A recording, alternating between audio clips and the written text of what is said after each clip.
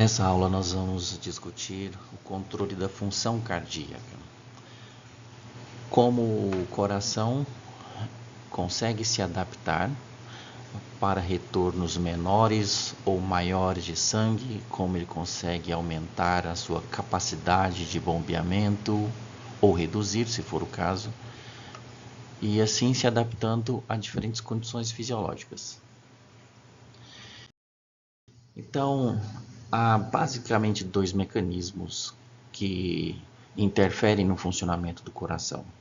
Um deles é um mecanismo intrínseco próprio do coração.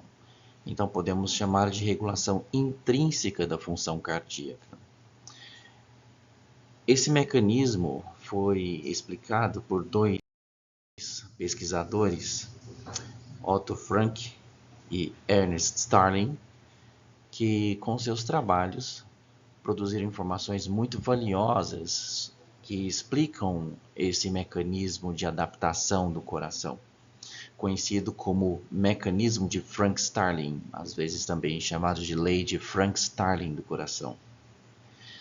Bom, em que se baseia esse princípio, essa lei?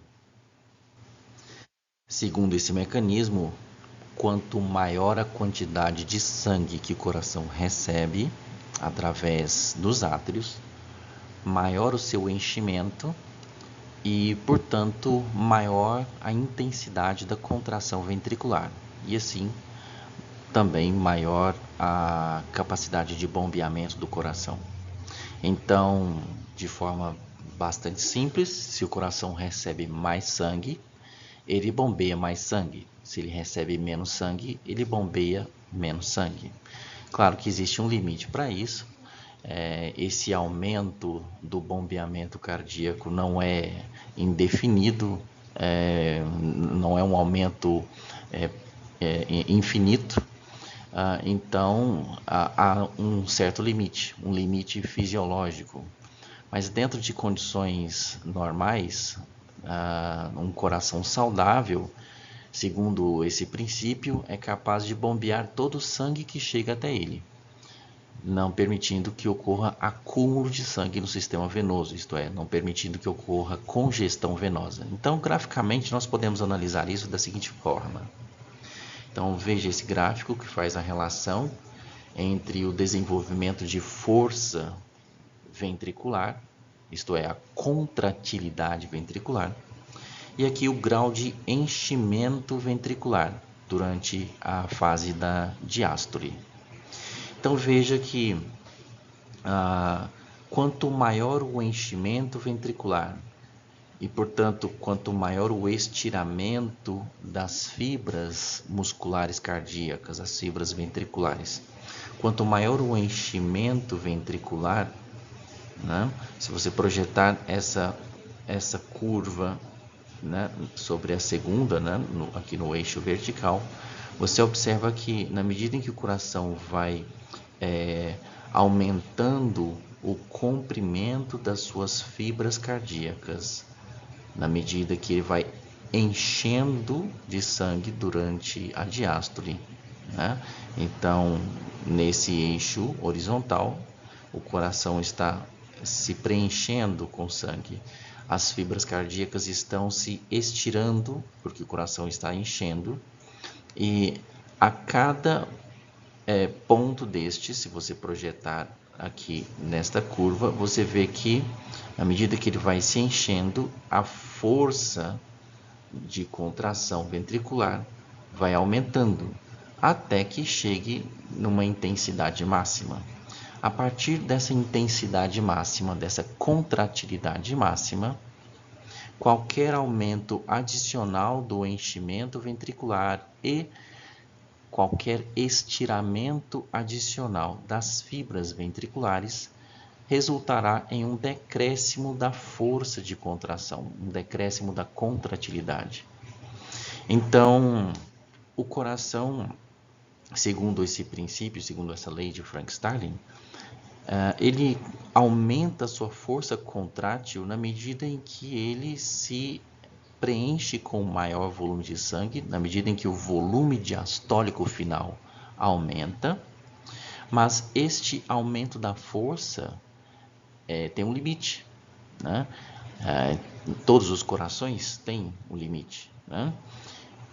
De forma que mesmo um coração saudável, uma vez excedido esse limite de enchimento ventricular, uma vez que o coração fique excessivamente estirado por causa do grande acúmulo de sangue nas câmaras ventriculares, isso resultará em um decréscimo de força. Então, um coração saudável, em condições fisiológicas, se comportará como esta curva na sua região ascendente. Então, todos nós, tendo um coração saudável, em diferentes condições fisiológicas, nosso coração poderá receber um volume maior de sangue, um retorno venoso maior, em condições de exercício físico, por exemplo. Esse retorno venoso aumentando vai fazer com que a contratilidade também aumente e, portanto, a eficiência cardíaca aumente, mas até chegar a um certo limite. Dificilmente, em condições normais, nós chegaremos a esse limite ou tampouco excederemos este limite. Mas um coração hipoeficiente, em condições patológicas, um coração com grande sobrecarga, seja por um excesso de volume circulatório, um grande aumento da volemia, ou mesmo por uma falha da contratilidade, esse limite será atingido com mais facilidade e eventualmente será ultrapassado, fazendo com que esse coração seja hipoeficiente. Então, a partir do ápice dessa curva, qualquer volume adicional de sangue que o coração receba implicará em um decréscimo de força e ele não conseguirá ejetar volume correspondente ao que ele recebe pelo sistema venoso. E isso resultará em acúmulo de sangue no sistema venoso, portanto, congestão venosa. E esse é o resultado de um coração doente, em uma situação patológica. O que explica esse comportamento do coração é o grau de estiramento dos sarcômeros no miocárdio. Então você observa aqui nessa figura que a tensão máxima do sarcômero está expressa aqui, nesse eixo vertical, e aqui o comprimento do sarcômero. Então observe que entre o ponto 1 e o ponto 2, o sarcômero está sendo estirado, ele está sendo alongado. E quanto mais ele é alongado dentro deste comprimento, né, entre a fase 1 e a fase 2, né, maior será a sobreposição de filamentos finos sobre os filamentos grossos, permitindo o estabelecimento de pontes cruzadas, de conexões entre cabeças de miosina e o filamento de actina em maior quantidade, proporcionando então uma maior força de contração. Essa força de contração ainda, essa capacidade de desenvolvimento de tensão no sarcômero poderá sofrer um aumento adicional, alongando deste comprimento 2 até o comprimento 3, em que ele chegará a um grau de sobreposição ótimo e com a capacidade de desenvolvimento de força máxima, né? Assim como também nesse comprimento 4. Mas se o sarcômero sofrer um estiramento adicional, o grau de sobreposição de filamento fino e filamento grosso, isto é, a sobreposição de filamento fino sobre as cabeças de miosina no filamento grosso passará a ser muito pequeno e haverá um decréscimo progressivo da força contrátil, né? Isto é, da contratilidade. Então, naquela curva anterior que examinamos do enchimento cardíaco e desenvolvimento de força, vimos que a partir de um certo grau de enchimento ventricular, o coração chegaria a uma contratilidade máxima, o que, sendo analisado de outra forma, aqui visualizando, analisando o comprimento dos sarcômeros, seria esta situação com o comprimento entre esses estágios 3 e 4, quando a sobreposição dos sarcômeros, ou melhor, dos filamentos finos sobre os filamentos grossos, proporcionaria um maior e mais eficiente contato das cabeças de miosina com os filamentos de actina. A partir deste ponto 4, já mais estirado, o grau de sobreposição será menor e a produção de força será decrescente. Então, um coração sobrecarregado, excessivamente estirado por causa de um retorno venoso excessivo, isso é comum na insuficiência cardíaca. O coração ficará excessivamente cheio e o sarcômero excederá o seu comprimento dessa fase 4, caminhando para algum ponto entre a fase 4 e a fase 6. Quanto maior o estiramento do sarcômero a partir deste comprimento máximo ideal, menor o grau de sobreposição de filamentos finos e filamentos grossos e, portanto, menor a contratilidade.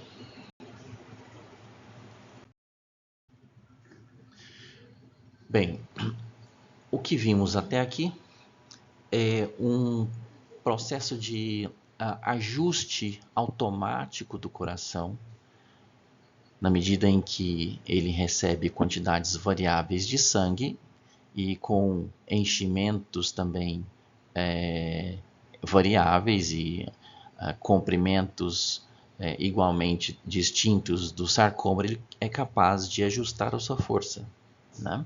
O que chamamos de regulação intrínseca do funcionamento cardíaco, explicado pelo princípio de Frank Starling. Agora nós vamos ver como essa regulação pode ser otimizada, como ela pode ser influenciada e melhorada pela ação nervosa sobre o coração.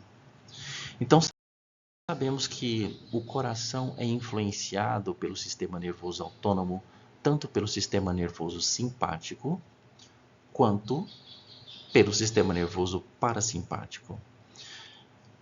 O sistema nervoso simpático tem uma inervação bastante abrangente sobre o coração, atingindo tanto os nodos sinusal, atrioventricular, musculatura atrial e musculatura ventricular. Já a inervação parasimpática, proporcionada por fibras vagais, operam influência apenas sobre os nodos sinusal e o nodo atrioventricular. Dessa forma, o sistema nervoso simpático tem uma influência mais abrangente sobre o coração, afetando tanto a frequência cardíaca, que é ajustada, modificando o funcionamento dos nodos sinusal e atrioventricular, como também afetando de forma decisiva a contratilidade cardíaca, na medida que ele é capaz de influenciar as fibras cardíacas ventriculares. Já o sistema nervoso parasimpático ajusta predominantemente a frequência cardíaca, já que a sua ação é mais restrita no coração, atuando basicamente e exclusivamente sobre os nodos sinusal e nodo atrioventricular. Essa figura à direita mostra como a função cardíaca pode ser alterada a partir da influência nervosa. Então você observa que esse gráfico faz a relação entre o débito cardíaco, expresso aqui no eixo vertical, e aqui a pressão atrial direita, a pressão no átrio direito. A pressão no átrio direito é o mesmo que dizer pré-carga. A pressão no átrio direito é gerada pelo retorno venoso da circulação sistêmica, que é entendido como a pré-carga do coração. Então, em situações normais, fisiológicas, a pressão no átrio direito em condições de repouso é próxima de 0 milímetro de mercúrio. Então, essa pressão de 0 milímetro de mercúrio, aproximadamente, vai resultar aqui num débito cardíaco próximo de 5 litros por minuto. Então, essa é uma situação que aconteceria numa condição de repouso. E independente da influência nervosa, considerando o mecanismo intrínseco de ajuste cardíaco, isto é, o mecanismo explicado pela lei de Frank-Starling, se o retorno venoso para o coração aumentar, portanto, se a pressão do átrio direito aumentar, você observa que, aumentando essa pressão, digamos, vindo para 2 milímetros de mercúrio, fazendo uma projeção nesse gráfico, você observa que o débito cardíaco é ajustado para um volume superior a 10 litros por minuto. Até agora, não houve influência nervosa. O sistema nervoso não interferiu nesse processo, nem o simpático, nem o parasimpático. É apenas uma questão de adaptação intrínseca do coração. Se o enchimento ventricular diastólico aumenta, se o volume diastólico ventricular aumenta, o que é indicado por um maior retorno venoso, né? A consequência de um maior retorno venoso, e estamos vendo isso com a pressão atrial direita. Quanto maior o retorno venoso, quanto maior a pressão atrial direita, maior o débito cardíaco. Então, isto é uma ilustração da lei de Frank-Starling. Porém, em condições em que o coração é influenciado pelo sistema nervoso simpático, o que é observado aqui na curva em vermelho, o comportamento do coração muda. Então veja que mesmo para uma pressão de retorno, para uma pressão atrial de 0 milímetros de mercúrio, se esse coração tem uma estimulação simpática máxima, veja que para um mesmo retorno venoso, para uma mesma pressão atrial direita, o débito cardíaco em condições análogas àquela anterior, né? O coração é capaz de bombear um volume muito superior a 10 litros por minuto para um mesmo retorno venoso. Então, isso mostra que a eficiência cardíaca pode ser bastante modificada, e neste caso ela pode ser muito melhorada, pode ser bastante aumentada com a influência, com a estimulação simpática. Da mesma forma, caso ocorra bloqueio dos receptores adrenérgicos do coração, que pode ser feito a partir da utilização de beta-bloqueadores, nós vamos observar que o coração deixa de ter esse funcionamento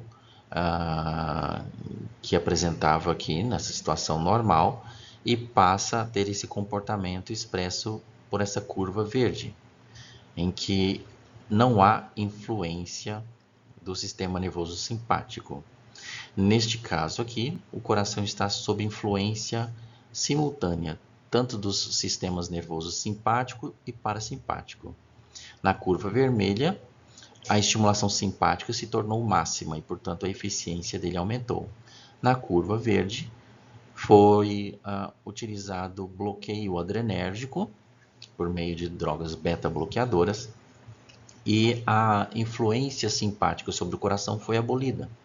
Então veja que nesta condição, para aquela situação de repouso em que a pressão atrial direita é de 0 milímetro de mercúrio, a eficiência cardíaca foi bastante reduzida. E ainda, aqui nessa curva pontilhada, você vê quando ocorre a estimulação parasimpática. Se ocorre a estimulação parasimpática, a eficiência cardíaca fica ainda mais reduzida, porque o sistema nervoso simpático é capaz de reduzir a frequência dos batimentos cardíacos e fazendo com que o bombeamento de sangue seja bastante reduzido para uma dada pressão arterial direita. Então, um coração normal, em condições normais, sofre ajuste tanto do enchimento ventricular e, portanto, a lei de Frank-Starling atuando sobre o coração e ele aumentando ou reduzindo a contratilidade na medida em que ele receba um volume maior ou menor de sangue, né, do sistema venoso. Então, isso ajusta a contratilidade, ajusta a eficiência cardíaca, mas essa eficiência pode ser regulada e ajustada de forma ainda mais eficiente, né, através da atuação do sistema nervoso autônomo, o simpático aumentando a eficiência cardíaca, o parasimpático reduzindo a eficiência cardíaca, o que pode ser necessário em diferentes condições fisiológicas.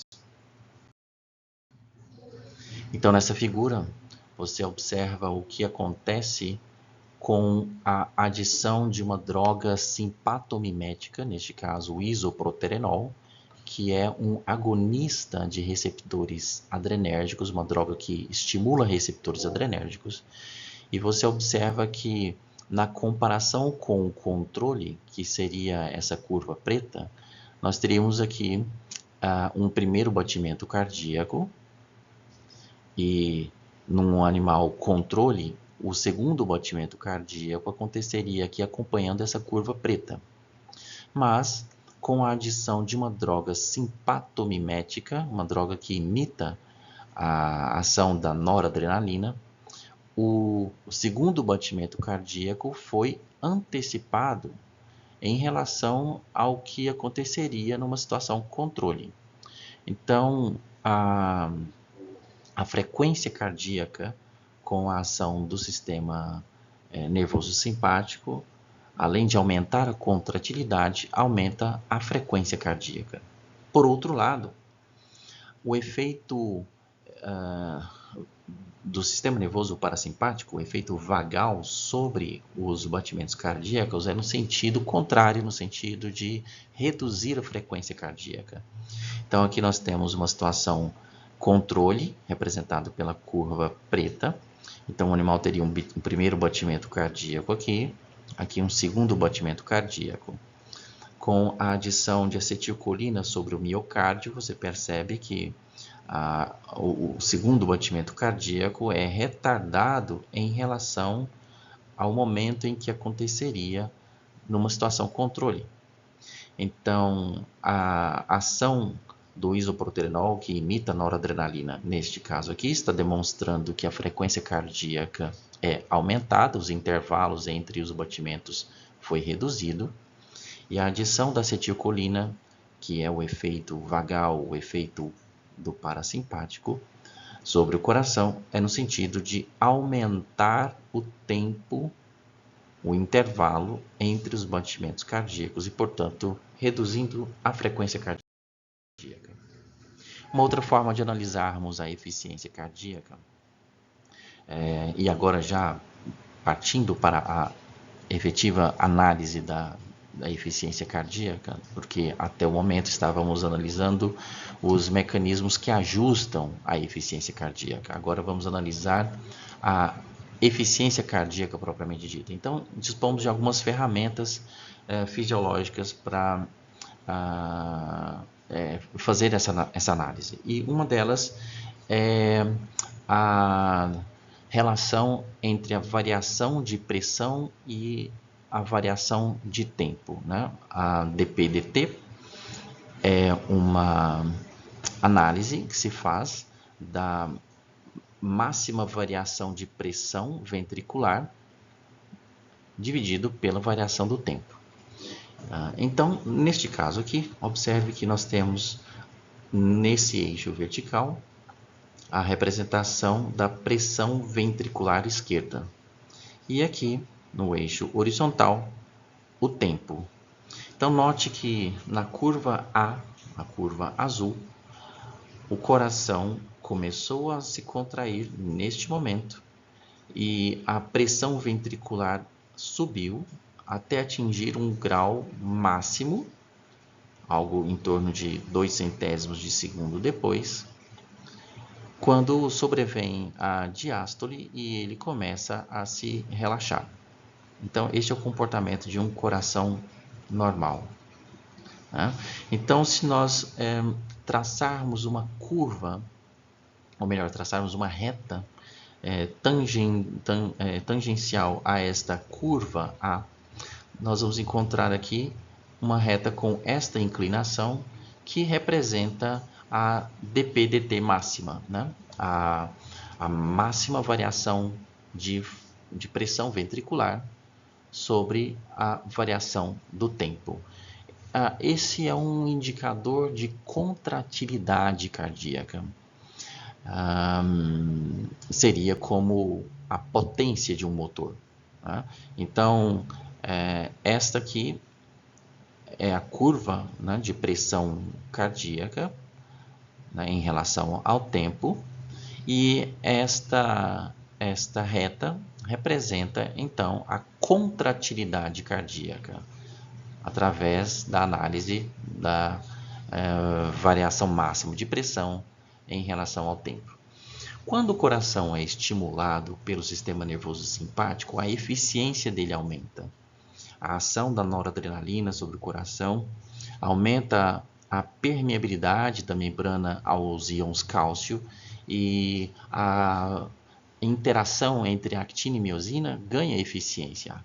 Ocorre então um ganho de força contrátil. Então nós vamos observar que essa fibra cardíaca, quando estimulada pelo sistema nervoso simpático ou estimulada por uma droga adrenérgica, o ganho de força é mais rápido e atinge uma intensidade maior e em menos tempo. Então você observa que essa reta que tangencia essa curva de produção de força em relação ao tempo, a dp/dt máxima, é mais íngreme. Então observamos que a ação do sistema nervoso simpático aumenta a eficiência cardíaca. Por outro lado, na curva C, você observa que a inclinação da dp/dt máxima é maior. Você nota que o tempo para se atingir a força máxima contrátil é maior em relação à situação controle e em relação a um coração estimulado por uma droga adrenérgica. E, além disso, a força de contração máxima é a menor das três, indicando que há uma menor contratilidade do coração. Então, este comportamento da curva C é mais compatível com um coração hipoeficiente, eventualmente um coração doente, com uma insuficiência cardíaca. Ainda aproveitando essa curva, caso seja este um coração hipoeficiente, representado aqui na curva C, e se essa menor eficiência é refletida por sinais clínicos de insuficiência cardíaca, é possível, por meio da utilização de drogas que aumentem a eficiência cardíaca, drogas que aumentem a contratilidade cardíaca, como, por exemplo, drogas digitálicas, é possível, então, trazer esta curva C, por meio da ação farmacológica, para algum ponto mais próximo ou, efetivamente, para a curva A. Então, é possível, até um certo ponto, farmacologicamente, fazermos uma correção dessa contratilidade desse coração representado na curva C, trazendo para um comportamento mais parecido com este da curva A. Essa figura é uma outra forma de analisar o comportamento cardíaco e você vê aqui a relação pressão-volume. Então, o que essa curva mostra é que durante um batimento cardíaco completo, e aqui nós temos todas as fases do batimento cardíaco, o volume e a pressão do coração, especificamente se tratando aqui de ventrículo esquerdo, esse volume e a pressão variam conforme a fase do funcionamento cardíaco. Então vamos começar aqui com esse ponto A. O que indica esse ponto A? Esse ponto A indica o início do enchimento ventricular. Especificamente, o ponto A marca o momento em que ocorre a abertura da válvula atrioventricular.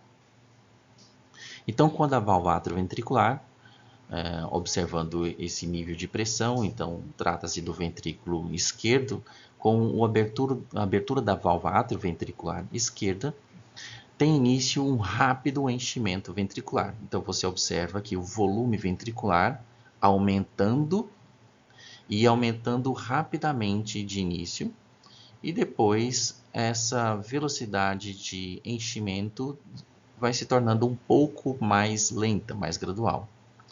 E de repente você observa um aumento adicional, uma mudança, né, na trajetória dessa curva, o que significa que houve um enchimento adicional a partir deste momento.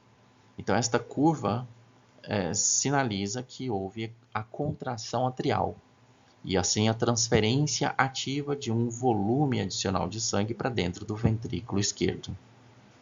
No momento C, você observa que a pressão ventricular sobe rapidamente, no entanto, o volume ventricular permanece inalterado. Então, se a pressão ventricular está aumentando progressivamente, no entanto, o volume não está sendo alterado, isso indica que o sangue não está sendo ejetado do coração. Isso coincide com a fase de contração isovolumétrica. Portanto, a partir desse momento, a válvula atrioventricular se fecha e a válvula semilunar pulmonar ainda está fechada. O ventrículo então contrai, produz cada vez mais força, até que a pressão ventricular alcance um valor que excede a pressão arterial sistêmica.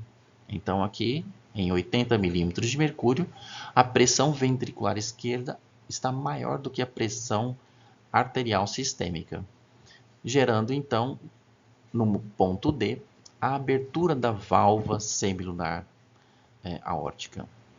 Então você observa que o volume ventricular começa a decrescer, não obstante ocorra um aumento adicional da pressão ventricular, porque estamos em plena sístole ventricular, né? Então o ventrículo continua a ejetar e produzir força, a pressão continua subindo até chegar a um pico de pressão por volta de 120 milímetros de mercúrio, no momento E, e o ventrículo está já caminhando para o final da sua fase de sístole, até que, de repente, vem a diástole, a pressão cai e ocorre o fechamento no ponto F, ocorre o fechamento da válvula semilunar aórtica.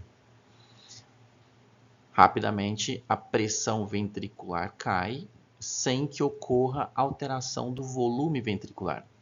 Então, isso é compatível com a fase de relaxamento isovolúmico ou isovolumétrico. O ventrículo relaxa, mas não há entrada de sangue dentro da câmara ventricular. A válvula semilunar aórtica acabou de se fechar, mas a válvula atrioventricular esquerda ainda permanece fechada. E ela permanece fechada porque a pressão no ventrículo ainda é bastante alta, impedindo a abertura da válvula do átrio para o ventrículo. Mas a partir do momento em que a pressão ventricular se torna inferior à pressão atrial esquerda, ocorre a abertura da válvula atrioventricular. E aí tem início um novo enchimento ventricular. E assim a história se repete. Essa curva pressão-volume está expressa aqui neste gráfico através de um experimento em que é feita uma análise da pressão, da relação entre o volume ventricular e a pressão diastólica final. Né? Então temos aqui uma relação pressão-volume. Como é produzida essa curva? Nós temos aqui a curva numa situação normal, que é essa curva maior, e nessa situação experimental, o fluxo de retorno de sangue para o coração é interrompido por meio de uma oclusão da veia cava inferior, ou veia cava caudal, que é a denominação anatômica adequada para os animais quadrúpedes. Então, nessa situação, quando a oclusão da veia cava, o retorno venoso para o coração diminui. Então, na medida em que o retorno venoso para o coração diminui, no próximo batimento cardíaco, ele vai se encher menos. Então, veja que a pressão ventricular produzida vai ser menor e o volume também de enchimento ventricular vai ser menor, porque o retorno venoso está diminuindo. No batimento cardíaco posterior, a pressão máxima desenvolvida também vai ser menor. E você observa que o enchimento ventricular também vai ser menor. E assim sucessivamente, porque está havendo uma redução progressiva do retorno venoso para o coração, e esta é uma outra forma de demonstrar o efeito de ajuste do coração, né, explicado pela lei de Frank-Starling. Portanto, quanto menor o retorno venoso para o coração, menor a produção de força, menor a intensidade de contração, isto é, a contratilidade. Menor o retorno venoso, menor a contratilidade. E o inverso é verdadeiro. Quanto maior o retorno venoso, maior a contratilidade, maior a produção de força. Esta é uma figura produzida por um experimento real, daquele que acabamos de comentar. E esta é uma outra forma de expressar a função cardíaca. Então, vemos aqui o volume ejetado de sangue do coração, né, o débito sistólico. E aqui nós vemos a pressão ventricular no enchimento diastólico final, a pressão ventricular ao final da diástole. Né? Então, vemos que numa situação normal, né, quanto maior o enchimento diastólico final e, portanto, quanto maior a pressão dentro do ventrículo, dado esse ganho de volume, maior é o débito sistólico. Né? É uma outra forma gráfica de analisar a lei de Frank-Starling. Então, quanto maior o enchimento ventricular, maior o débito sistólico, maior a contratilidade cardíaca. Esse é o comportamento de um coração normal, a curva azul. A curva vermelha mostra como esse coração pode ser ainda melhorado na sua eficiência a partir da ação do sistema nervoso simpático. Então, para um mesmo retorno venoso, para um mesmo nível de pressão, ele consegue produzir muito mais força e um débito sistólico bem mais elevado. Da mesma forma, ou inversamente falando, aqui na curva verde, temos um coração hipoeficiente que, para uma dada pressão ventricular diastólica final, se comparado com a curva azul, que é um coração normal, um coração hipoeficiente produzirá um débito sistólico menor. Então, para um mesmo retorno venoso, para uma mesma pressão diastólica final, ele produzirá um menor débito sistólico, uma menor ejeção de sangue. Então, era isto que eu tinha para comentar com você nessa nossa aula. Muito obrigado pela atenção. Até uma próxima.